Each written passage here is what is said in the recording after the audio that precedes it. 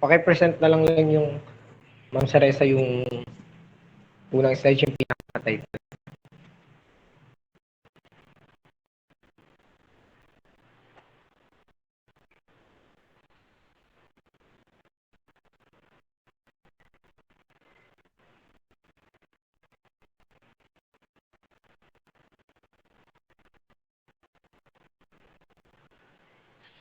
Yun. Okay. Thank you, Ma'am Saresa, for presenting our slides.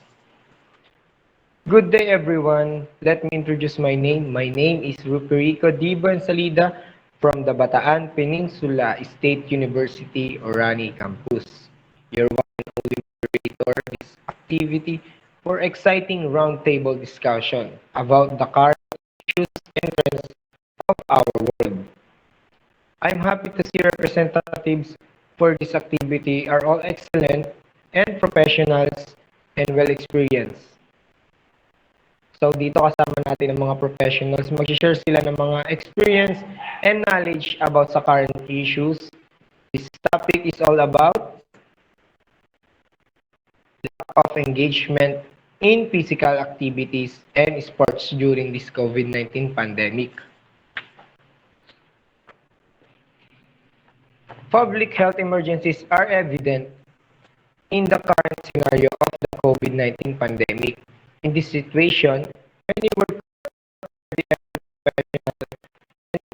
people who are expert in epidemics and disaster management, which these arising issues and challenges mental health become at state and violence are dominating every corner of barangay. An event at home, that's why you all hear their professionals to make a holistic possible answers to this question that related our topic.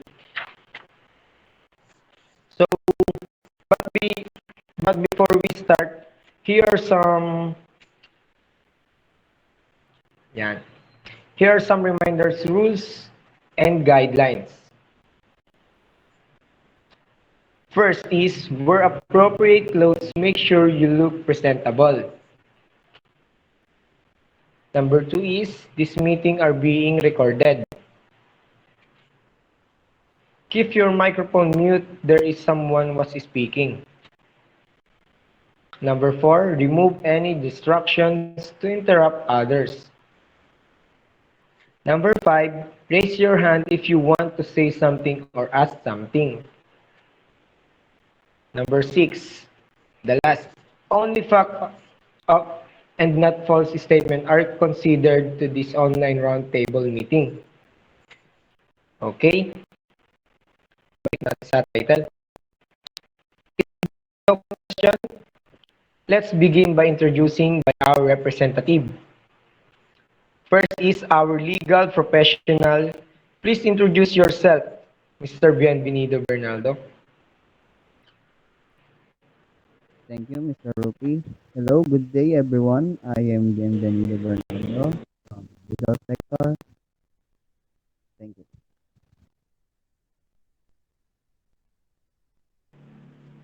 Okay, thank you, Mr. Bien. Second is our professional educational, Miss Nikki Joy Gonzales. Good day. Thank you, Mr. Rupee.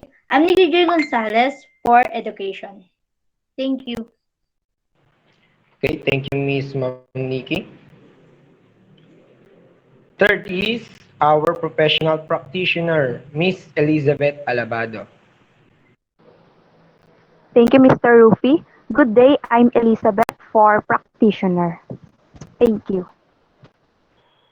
Okay, thank you, Miss Elizabeth. The last is our professional global international, Mr. Ronnie Manlapid. Thank you, Mr. Rufie. Good day, I'm Ronnie Jr, your Global International. Thank you. Okay, thank you, Mr. Ronnie Manlapid. So, let's start.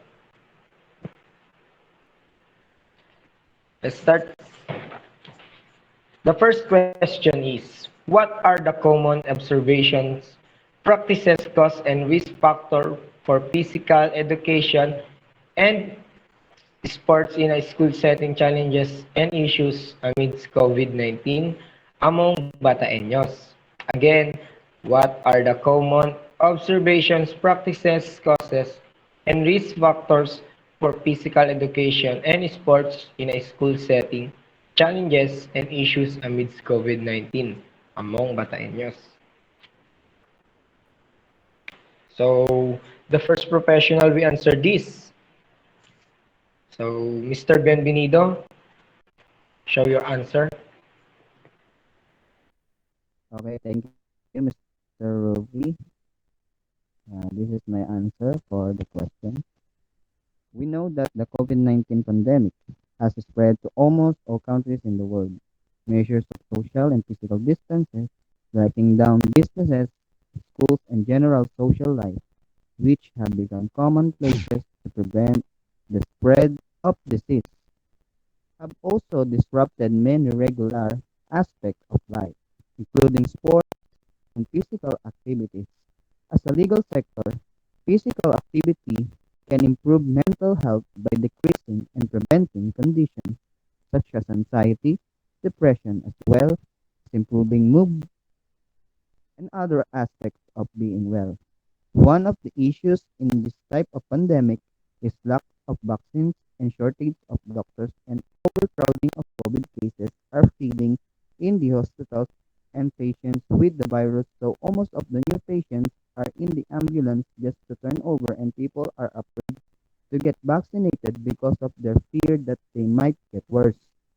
Young students and people are the most vulnerable in this type of situation due to lack of exercise and physical activities. Thank you, Mr. Rupee. Thank you, Mr. Bienvenido. And our second professional education, Miss Nikki Joy Gonzales, it's your turn. Thank you. Education. Our mental health is important in order for us to study and teach effectively. At the same time, online classes are more stressful than face-to-face class. And online class has been more effectively than face-to-face class in learning under such condition. Many people are less physically conditioned.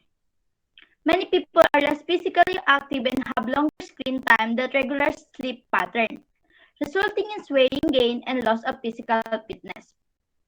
Low-income families are especially vulnerable to a negative effect of staying at home, and they often have substandard housing and more confined space, making physical exercise difficult.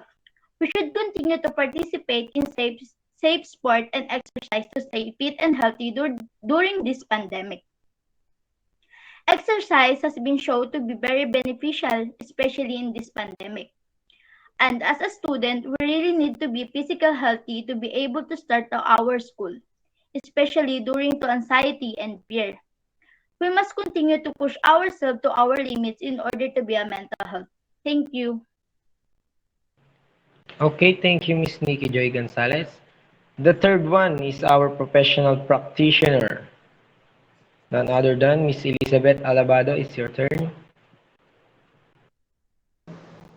Good day. So since the COVID-19 existed, I have observed that students were not able to attend face-to-face classes. As a for aware the proper movements and they were engaged in PE and sports. Most of the students here in Bataan are experiencing challenges when it comes to PE and sport. They are struggling in learning and executing a certain movement, especially in sports, since it has to be taught in face-to-face session. Now that we are in an online class setup, teachers are doing their best to engage the students and help them learn about PE and sport. However, most of them are not interested in participating in sports or any kinds of physical activities since the students are not allowed to go outside. Most of Bataeños experience stress, anxiety, and depression because of the reason that they are not enjoying the class and they do not deepen their understanding about the importance of PE and sports. Moreover, as a practitioner, I have also observed that they are not enjoying the tasks. For instance, videoing their exercise or sport because they are do not enough knowledge to deep understanding about the proper movements, and it is hard for the teacher to teach them properly. Thank you, Mr. Rupee. Okay, thank you, Miss Elizabeth Alabado. The last one is our professional global international, Mr. Ronnie Manlapid. Thank you, Mr. Rufie. Good day. Here in Bataan and in other countries, there are activities that need to be done with partners or in group with our current situation in pandemic. It is still not safe to do these kind of activities because COVID-19 pandemic has spread to nearly every country. Many regular aspects of life has been disrupted, including sports and physical activity. And physical education and sports play a critical role in getting active and establishing healthy routines in Bataeños. But when lockdown appeared and COVID-19 was spread easily, physical education and sports have become some of the most difficult to adapt. Space, weather, social distance, gym closures, and the other factors continue to limit. Thank you, Mr. Ruby. Okay, it was very intense hearing all ideas. Statement based on your every professional like all of you. Further continue our meeting, let's go to the next question. Question number 2. What are the regulating and statutory policies and guidelines that examine social and economic determinants of PE of Bataeños?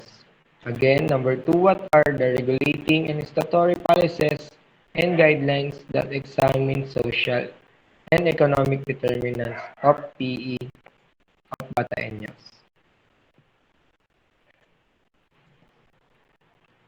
So begin again for our professional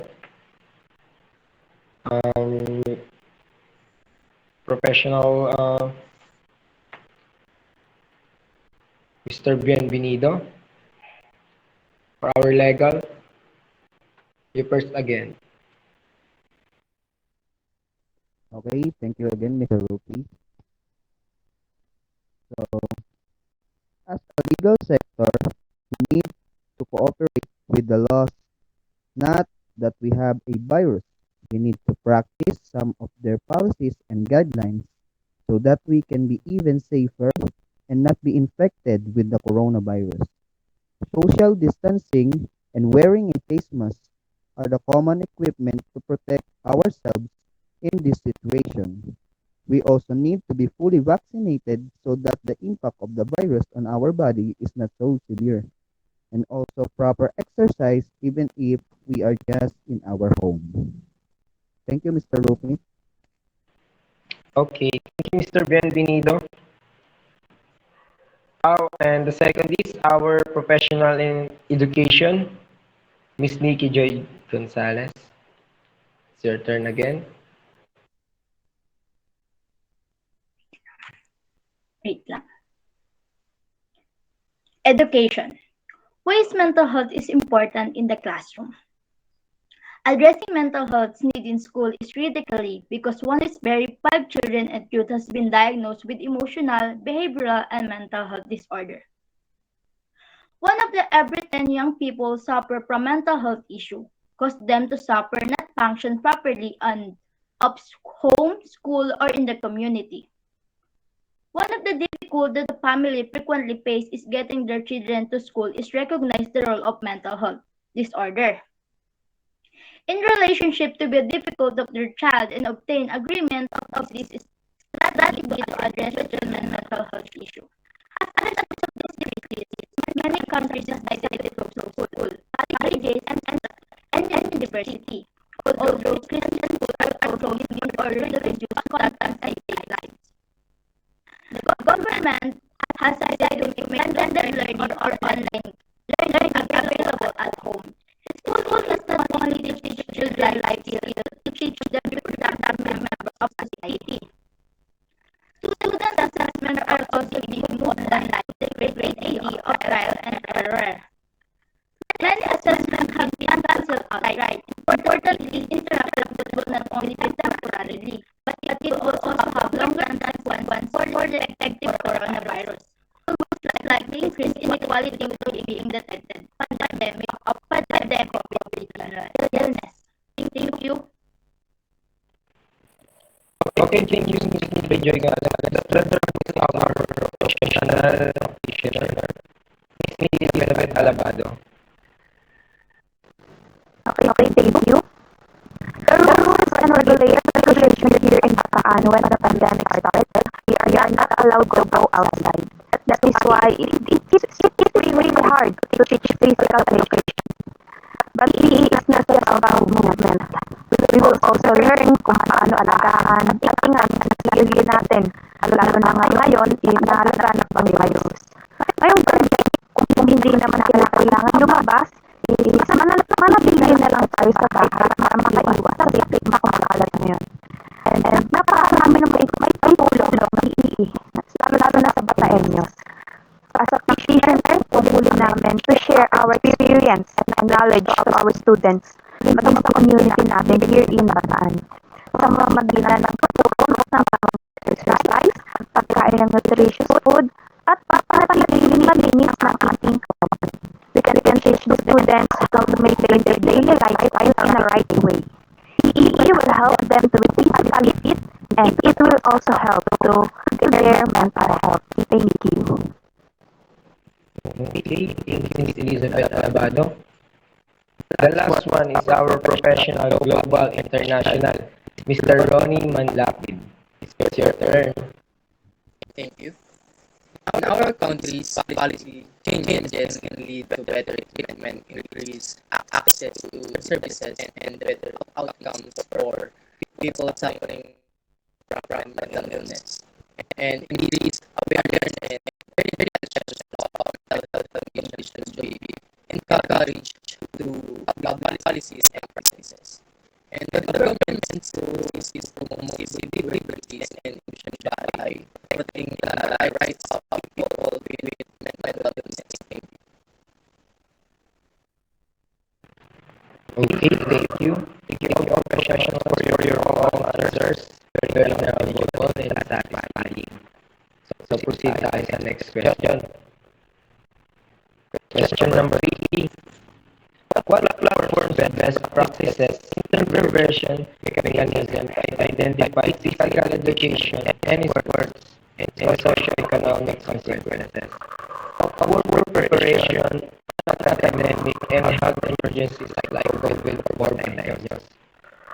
Again, what platforms and practices intervention mechanism identify physical education and sports and socio-economic consequences of poor preparation on academic and health emergencies like COVID-19 for pandemics. So first, again, the first professional will answer this, Mr. Bienvenido. It's your turn. Okay, thank you again, Mr. This is my answer. WHO, World Health Organization, recommends 150 minutes of moderate intensity or 75 minutes of reduced intensity activity per week. The benefits of such periodic exercise could be very helpful, especially in times of anxiety, crisis, fear. There are concerns, therefore, that in the context of the pandemic, lack of cases, regular or daily exercise routines may resolve challenges in the immune system, physical health, including the management of our exacerbating existing diseases that their root in a sedentary lifestyle. Thank you. Okay, thank you, Mr. Bernaldo. The second is our professional education. Miss Nikki Joy Gonzales, it's your turn. Thank you. Education. Education is influence of health. This makes us independent and effective. However, students online and education does not affect the income of those who have moved beyond schooling to have better health and well-being and healthy behavior. The selection of education institution will require you input on student learning description in internal assessment, as well as report the public assessment for the qualification of the represented by intentional alternative. What can be done right away to negative consequence? When school reopen, we will require teachers to assess learning loss, given the evidence of the importance of assessment. For learning, how these resources are used to get to your children was a particular difference in this question. Internal, there are voice-based school, our graduate new graduate police should be benefit of their labor market while avoiding extended period of unemployment. Thank you. Okay, thank you, Miss Nikki Joy Gonzales. The third one is our professional practitioner, Miss Elizabeth Alabado. Your turn. So sometimes the environment is one of the best ways to identify physical education sports. However, nakakatulong siya para sa importance and sport by using or since hindi na allow lumabas, ito na yung best way para magturo. In today's time, nakakatulong ng technology is this share ng learners by posting on social media or makes easy for Google Meet. There's no other way to identify physical education in sports unless by conducting some webinars related in physical education or also sport via Zoom or Facebook Live. Thank you. Okay, thank you, Miss Elizabeth. The last one, our professional international, is Mr. Ronnie from Manlapid. Thank you, Mr. Rufie. We all know in Bataan and other countries, the COVID-19 pandemic has had and will continue to have a significant impact on the world. And women are intended to support the state of supporting events and tournaments following the pandemic, as well as maximize benefits the sports and physical activity and training, and encourage people of Bataan to do regular physical activity to children and teenagers at home. And it promotes health and fitness and also builds a foundation for healthy habits. Thank you. Okay, thank you. Thank you for your all answers, professional. Agree ako sa mga sagot ninyo. Tama naman dahil na ngayon yung COVID-19. Kailangan natin magkantang webinar sa Zoom, sa Google Meet para malawak na mga kaalaman at ating mga students. Pag alam nila yung mga partner na magagawa nila kahit na pahilahilaman sila. Tulad ng paglalagay Facebook, pag-post sa mga social media na dahil dito, mas makakakaroon sila ng mga kaalaman. Thank you, very informative guys. Thank you. And the next question is number 4. Share present proposals and executive approaches to prevent academic diseases, management, and ensuring public health emergencies. Forward by diagnosis in the context of physical education and sports. Again, number 4.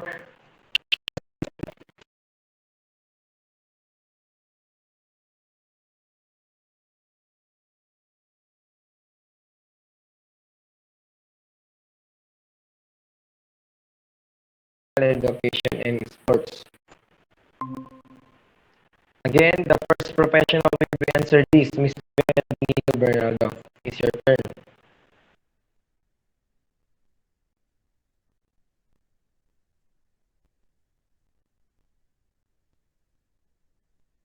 Okay, thank you very much, Mr. Rufie. Using the health promotion strategy of strengthening community action enhances the opportunity for being outcomes. Therefore, we need to improve our understanding of community engagement practices during crisis, scale up good community engagement initiatives, and improve and sustain people-centered approaches to emergency responses. Thank you, Mr. Rufie. Okay, thank you, Mr. Bienvenido. Our second professional in education, Miss Nikki Joy Gonzales. It's your turn. Thank you. Education.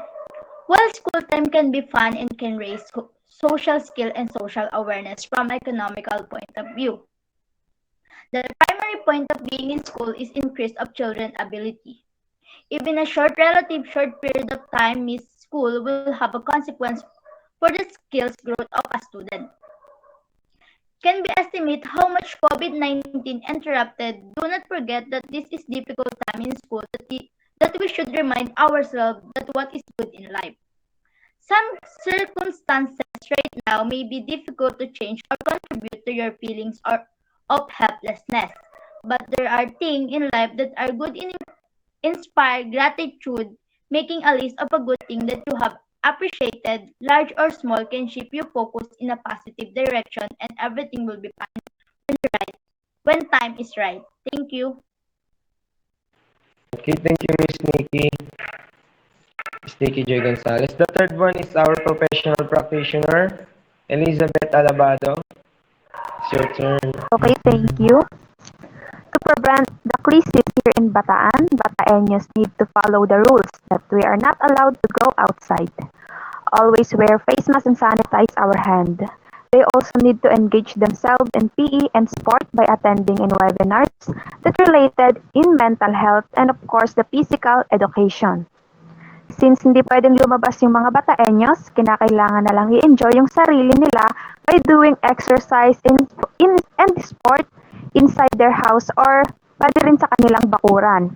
As a practitioner, tungkulin namin na maengganyo sila na umattend sa mga ikakandak na webinar for their better understanding and safety. Thank you. Thank you, Miss Elizabeth Alabado. The last one is our professional, global, international, Mr. Ronnie Manlapid. Thank you, Mr. Rufie.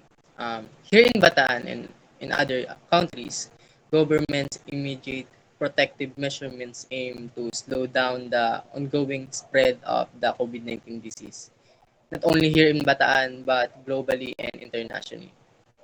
And restrictions include full or partial lockdowns of cities, travel bans, and restricted social gatherings and closed borders and schools. Likely our daily life with physical activity will be impaired for months, affecting the health of a significant portion of society. But still, we can do some physical activities in our home, like daily exercise, Zumba, or workout, so we can still be healthy and physically fit. Thank you. That's all. Okay, thank you, Mr. Ronnie Manlapid, and thank you all professionals. Tama naman kayo, and agree ako sa mga sagot ninyo na kahit may COVID-19 ngayon is makakapag-exercise pa rin tayo sa ating mga tahanan. And bilang mga practitioners and sectors, moderators, kailangan natin i-engage ang ating mga students para maging masipag sila sa pag-workout, sa pag-exercise, sa pag-zumba inside the house and sa kanilang mga bakuran. Upang kahit na COVID-19, makakaiwas pa rin tayo sa mga panghina ng ating katawan. Kaya ipagpatuloy na natin ang pag-conduct ng webinar para sa kanila, para ganahan sila sa pag-exercise. Okay, thank you all professionals. Highly appreciated your answers. Before end this activity, all professionals, please share your own different advocacy, our educational campaign promoting mental health and preventing violence. So, start ulit tayo kay Mr. Bienvenido. Show your hashtag and advocacy. Okay, thank you, Mr. Rufie. This is my hashtag for today. Hashtag PE and Sports for Lifetime. Ayan. So, may advocacy is to sana, alam naman natin na sa sitwasyon natin ngayon is napakahirap mag-exercise. Lalo na dahil mayroong COVID-19 kung saan ay hindi tayo basta-basta makakalabas, hindi natin magagawa yung mga ginagawa natin dati na tulad ng mga pagbabasketball or any sport. So, gumawa tayo ng mga paraan para mas mapanatili natin yung mga katawan natin tulad ng mga sinabi nga ng mga sa webinar, mga sinasabi nila na kahit nasa bahay ka lang is pwede ka naman mag-exercise and like Zumba, no? Kahit nanonood ka lang, ganun. Ayan, and para mas maging healthy tayo at makaiwas tayo sa banta ng COVID-19. Yun lang, maraming salamat, Mr. Rufie. Okay, thank you, Mr. Bienvenido. Very nice advocacy and hashtag. Proceed tayo sa our professional education. Miss Nikki, show your hashtag and advocacy. Thank you. Same lang nung kay Mr. Bien. PN Sport for Lifetime. So, yun nga. So, unti-unti nating pagbawi sa nagsimulang kaya muli naman tayong sinusubok ng bagong variant na nagdiskubre. Ang paghihikayat na magkaroon ng tamang pag-exercisyo o pagbakuna ay pagsunod sa mga safety protocols and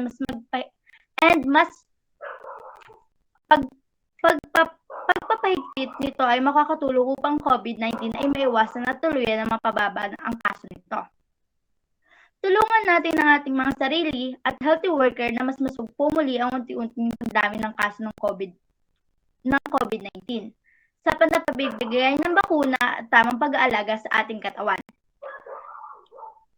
At pagsikapan natin na maging bakunado ang lahat at mapabata man o matanda. Thank you. Thank you, Miss Nikki. Very nice advocacy and hashtag. And the third one is our professional practitioner, Miss Elizabeth Alabado. Show your hashtag and advocacy. My hashtag is PE and Sports for Lifetime. So, Bataeños, let us engage ourselves in physical activities and sport. Think positive and always follow the rules and regulation. Maging mas maingat and let us widen our learnings at home. Thank you. Okay, very nice. Ang gaganda ng ating mga advocacy and ating mga hashtags. Thank you, Miss Elizabeth Alabado. The last one is our professional global international, Mr. Ronnie Manlapid. Show your hashtag and advocacy. Thank you, Mr. Rufie. My hashtag is PE and Sports for Lifetime. And my advocacy is to inform physical education teachers to guide parents and students of the importance of physical education for our life. Thank you. Okay, thank you all professionals. Siyempre, gumawa rin ako ng aking hashtag and advocacy. So, wait a second.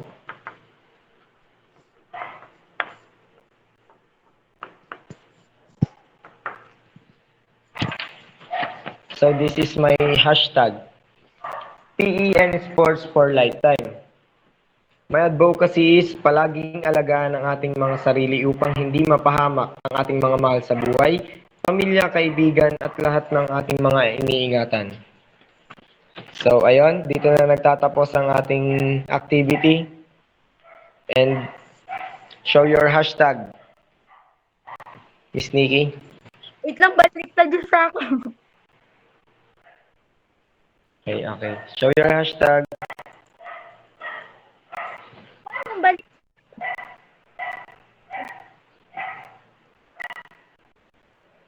Balik. Hindi, okay lang siya. Okay lang siya. Okay, show your hashtag. Screenshot ko lang for our activity. 1, 2. Okay, thank you guys. Bye-bye.